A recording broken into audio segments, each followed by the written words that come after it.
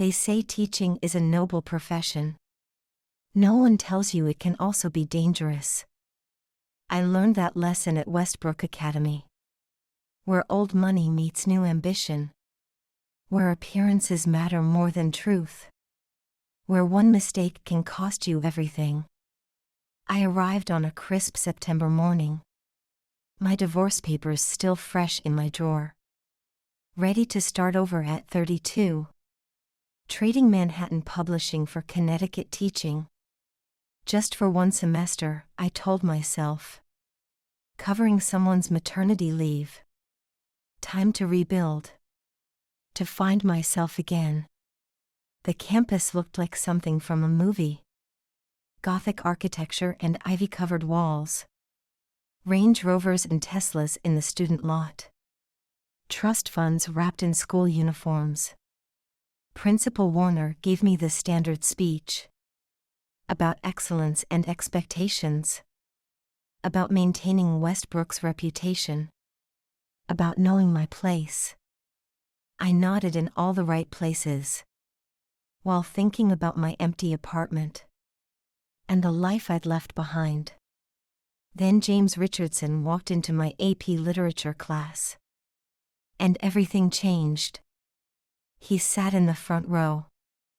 Unlike the other seniors, who claimed back seats and bored expressions as their birthright.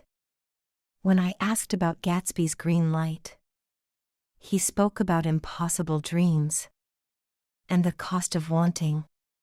With eyes too old for 17, I caught myself watching him. The way he held his pen, the intensity of his focus, the maturity in his words. Warning bells should have rung. But I was too busy being impressed. Too busy feeling alive again. In discussions about books and life, the other teachers warned me. In the break room over coffee, watch out for James Richardson. Too smart for his own good. His mother's on the school board. As if that explained everything. I should have listened. Should have maintained distance. Should have remembered my role. Instead, I started the literary club. After-school discussions about poetry. In my classroom with the door open. Telling myself it was professional. Even as something else grew. James always stayed late. Asking questions about Keats. About love and beauty. About things we shouldn't discuss. I told myself it was innocent. Intellectual connection only. Mentor and student. Nothing more. But I noticed things I shouldn't. The breadth of his shoulders in his blazer. The grace of his hands turning pages. The way he looked at me when others left. October brought rain and complications. Puddles reflecting autumn leaves. And my growing awareness of dangerous possibilities. The fundraiser was my first mistake. Standing under the portico, watching lightning split the sky. When James appeared beside me. Beautiful, isn't it, he said. Not looking at the storm, but at me. Making my heart race. You should go inside, I said. Voice steadier than I felt. Should I? He asked. Taking a step closer. I could smell his cologne. Expensive and subtle. Could feel his presence. 2 CLO. SE for propriety. Lightning flashed again. Illuminating his face. And the look in his eyes. That I couldn't pretend not to see.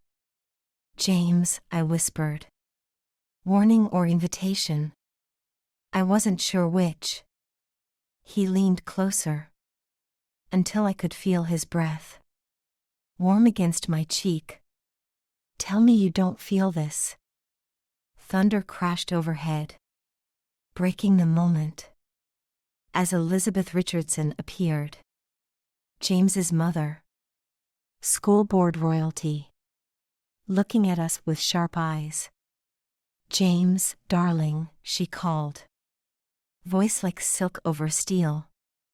"Your father's looking for you." He stepped back. Mask sliding into place. Perfect sun once more. Leaving me shaken. And aware. Of how close we'd come. To destroying everything. The next day in class. I couldn't look at him. Couldn't trust myself. To maintain boundaries.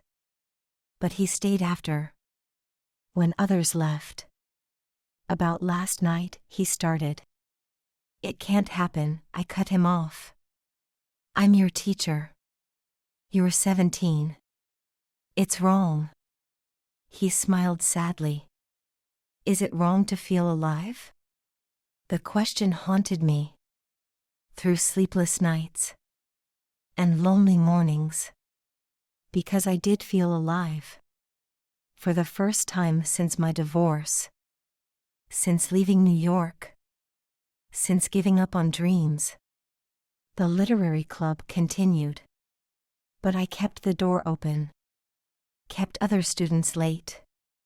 Kept my distance. Until the day it rained again. And we were alone. Reading Browning sonnets. About forbidden love. "How do I love thee," he read. Voice soft and dangerous.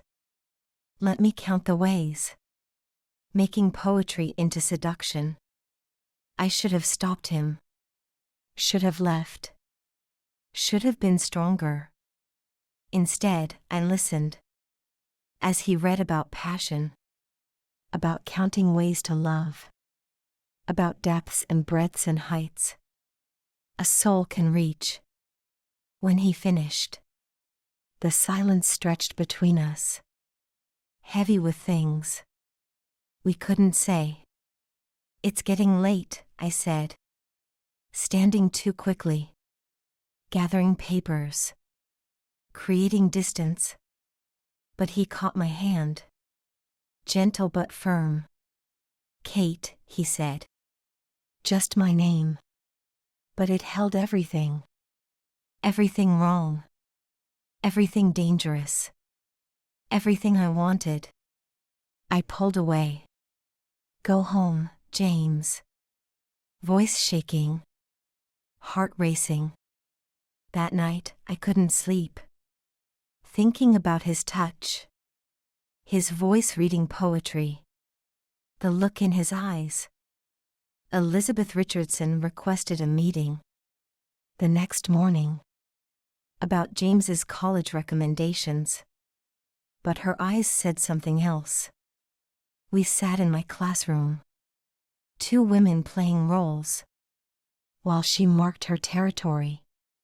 With designer smile and subtle threats. "James is very impressionable," she said. Examining her manicure. Despite his maturity. Message received. I assured her everything was professional. Promised to maintain boundaries. Lied through my teeth. While my hand still burned. From her son's touch. The whispers started that week. In hallways between classes.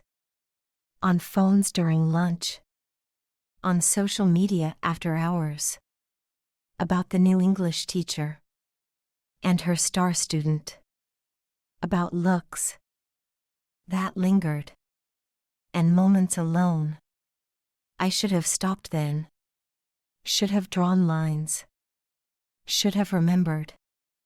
Who I was supposed to be. But when James asked for tutoring. Private sessions for college essays. I said yes. Another mistake. Another step. Towards something. We couldn't take back. The tutoring sessions became our sanctuary. Library corners and quiet rooms. Where books provided cover. For something deeper growing. James wrote about passion. About finding yourself. About moments that change everything. while I pretended to be professional.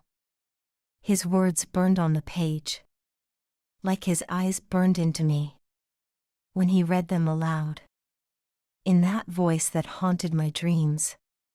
"What do you think?" he'd ask, knowing exactly what I thought, what I felt, what I couldn't say. November brought early darkness and weakening resolve. As nights grew longer and boundaries grew thinner, the text started innocently. Questions about assignments, quotes from poems, words that meant more. I should have blocked his number, should have reported it, should have been the adult. Instead, I replied, late at night, when loneliness crept in, when pretense fell away, when truth felt safer in the dark. "Are you awake?" he'd ask. At midnight, when we both knew we shouldn't be talking. "Reading Keats," I'd reply. Like that made it okay. Like that wasn't code for everything we couldn't say. The winter formal approached, with its own complications. Teachers required to chaperone. Students dressed like adults. James in a tuxedo, looking nothing like a boy, dancing with pretty girls. While watching me, I wore black, professional and plain. But his eyes followed, making me feel beautiful, dangerous, alive. The slow songs were torture, watching him hold others, while his eyes held me, across the gymnasium, until he approached. As the night ended, "One dance," he said, "for poetry's sake." I should have said no, should have walked away, should have remembered all the reasons why. Instead, I took his hand as the last song played, keeping proper distance, while my heart raced. "You're trembling," he whispered, too close to my ear, making me shiver, making me weak. Someone took pictures. I saw the flashes, but couldn't stop, couldn't care, until the song ended, and reality crashed back. In fluorescent lights and judging eyes. The text came next morning. Anonymous number, with photo attached, of us dancing. Too close, too intimate, too real. Resign or everyone sees. My hands shook as I stared at the screen, at the evidence of my weakness. James found me in my classroom during lunch, pale and worried. "I heard about the text. I'll fix it," he promised. Like a man, not a boy. Like he could protect me from what we'd started. "You can't," I said, voice breaking. "No one can. Because the damage was done. In moments stolen. In glances exchanged. In boundaries crossed that we couldn't uncross." Elizabeth Richardson came next. Heels clicking on tile. Smile sharp as knives. Eyes colder than winter. "Let's talk about James," she said, closing my classroom door, making it an interrogation, not a conversation. "There's nothing to discuss." But my voice shook, giving me away, revealing everything. "Isn't there?" she asked, placing photos on my desk. More than just the dance. Moments I thought private. Library corners. After school meetings. Text screenshots. Evidence mounting. "You'll resign," she said. Not a request. Today. Or I'll destroy you. I stared at the photos. At moments captured. At feelings exposed. At my career ending. He's 17, she reminded me. Voice soft with threat. Think about that. Think about consequences. She left me there. Among the evidence. Of my failure. As a teacher. As an adult. As a person. James found me again. After final bell. When tears had dried. But pain remained fresh. She told me everything, he said. Closing the door. Despite everything. Making us alone again. I'm so sorry, he whispered. Moving closer. When he should move away. When we should both run. Don't, I said. But didn't move. As he wiped a tear. I hadn't known was falling. I love you, he said. Words we couldn't take back. Truth we couldn't hide. Feeling we couldn't fight. And in that moment. Everything changed. Everything shattered. Everything began. His words hung in the air between us. I love you. Making everything real. Making everything impossible. I stepped back. Creating distance. We desperately needed. But couldn't maintain. You don't, I said. You can't. We can't. But he moved closer. I'm not a child, he insisted. Voice steady and sure. Like he hadn't just destroyed everything I'd worked for. The law says you are. Society says you are. Your mother says you are. And she has proof. He reached for my hand. But I pulled away. I'm resigning tomorrow. It's over. No, he said fiercely. I won't let her win. I won't let her destroy you. Destroy us. There is no us, I whispered. Though my heart screamed otherwise. There can't be. Not ever. The next morning, I went to Warner's office. Resignation letter in hand. Personal reasons cited. Professional lies maintained. But James was already there. Standing tall before the principal. Confessing everything. Taking all blame. Telling them he pursued me. That I resisted. That he wouldn't let me take the fall alone. Elizabeth burst in. Face white with fury. As her perfect son destroyed her perfect plans. He's lying, she insisted. But the damage was done. The story changed. The narrative shifted. Warner looked between us. Teacher and student. Mother and son. Truth and lies. Everyone out, he ordered. Except Ms. Bennett. Leaving me to face my final judgment. The conversation was long. And surprisingly gentle. About youth and passion. About boundaries and grace. You'll finish the semester, he said. Under supervision. No more private meetings. No more chances. I nodded, grateful. For mercy I didn't deserve. For time to end things. The right way. But nothing ends cleanly. In matters of the heart.